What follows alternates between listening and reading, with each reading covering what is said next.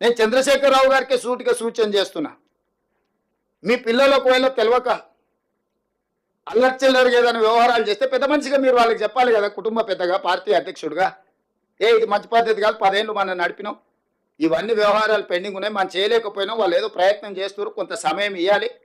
ఎందుకు ఇట్లా మీరు ఏది పడితే అది మాట్లాడుతున్నారు? మన పిల్లలు స్కూల్లో పక్కల పిల్లల్ని కొట్టేస్తానో, ఆ పక్క పిల్లలు పెన్సిలో రబ్బరు ఎత్తుకొస్తానో, తల్లిదండ్రులుగా మనం ఏం చెప్తాం? ఇట్లా తప్పు చేయొద్దు.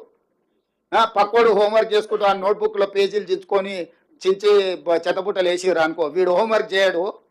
పక్కోడు నోట్బుక్లో నేను స్కూల్లో ఉన్నప్పుడు చూసేది, క్లాస్ టీచర్ గిన హోంవర్క్ గురించి అడిగితే పక్కోళ్ళు చేసి మనం చేయకపోతే మనం తిడతారని కొంతమంది పిల్లలు మన నోట్బుక్ ఆడబెట్టి పక్కకు పోవంగాని మనం చేసిన హోంవర్క్ పేజీలు చించేసి బయట వాడేసి వచ్చేటోళ్ళు.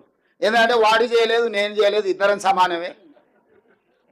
ఇక వేరే వేరే లాగా టీచర్ చూడదు కదా, చేసినోడు ఉంటే చేయనోడి సంగతి తెలుస్తుంది కదా. సేమ్ అట్లనే మీ పిల్లలు ఇద్దరిని మా మీదకి ఉసిగొల్పి ఎందుకు ఇట్లా చేస్తున్నారు చంద్రశేఖరరావు గారు?